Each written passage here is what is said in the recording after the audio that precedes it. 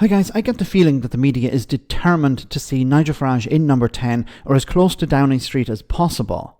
The guy who said that he would boycott the BBC was back on Question Time to sell his snake oil once again. And the media have to take their part of the blame for allowing charlatans to lie to the public and convince them to vote against their own interests, be it about Brexit or Boris Johnson.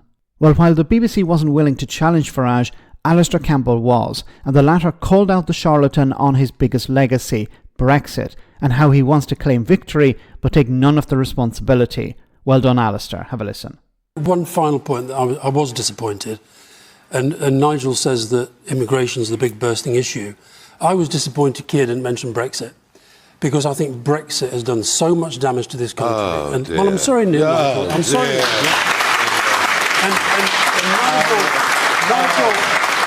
Nigel doesn't want to accept. You are the worst loser in history, Alastair. No. Get over it. It's 8 years ago. Move on. No, you won. It's done. You're the worst winner. It's done. Because you've never taken responsibility for what you've won. It's done. No, we're independent. We're free, and we're not part of that eurozone that's collapsing around its ears. I'll tell you what Rejoice. You are, we're out. I'll tell you what you we're are. free. I'll tell you what you are.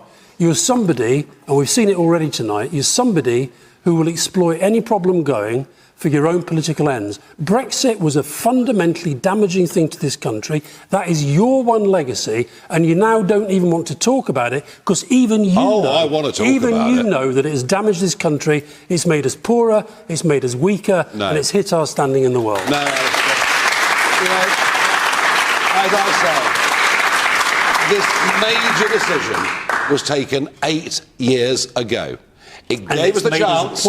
Gave us a chance 5% to be significantly richer.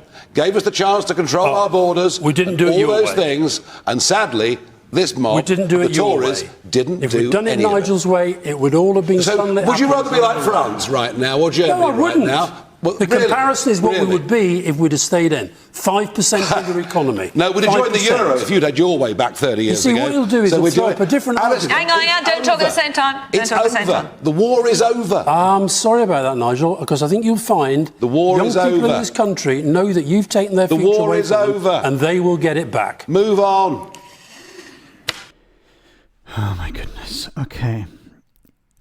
Alastair Campbell is completely correct here. What Farage does is he says, look, if I had been in charge, we would have had a better Brexit.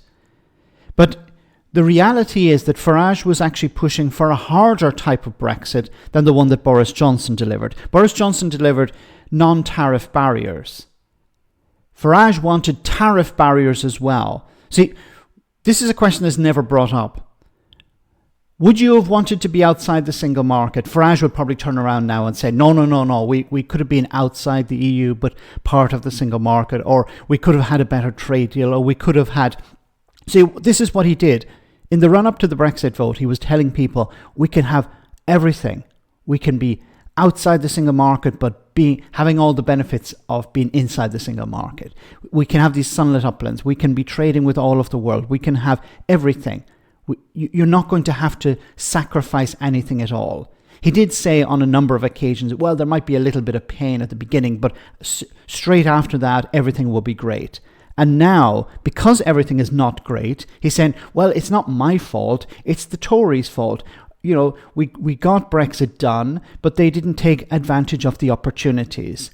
And when he's asked about the opportunities, it's, of course, well, we could have these trade deals, or we'd be cutting regulations, or we could be doing all these things. See, he sold people a lie, but he distanced himself from that lie, offloading responsibility onto the Tories. He never said in the run-up to the referendum, well, you know, in order to get Brexit done or to have a successful Brexit, I need to be in charge, because otherwise it's not going to work. He's a charlatan.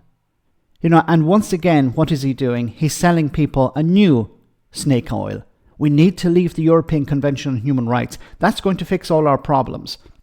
He was saying exactly the same thing back in 2016 and 2019.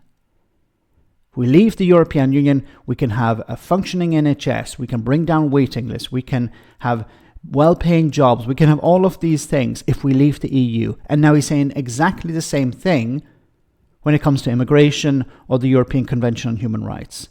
He's a charlatan, he's a liar. And unfortunately, Many people want to hear what he has to say. And the right-wing media is obviously platforming him. But even the BBC, which is supposed to be challenging people like this, providing the public with information, is giving him as big a platform as possible. So somebody has to call this out, and well done to Alastair Campbell for doing that. Let me know in the comment section, guys, what you think. As always, your comments are greatly appreciated. Thanks a lot.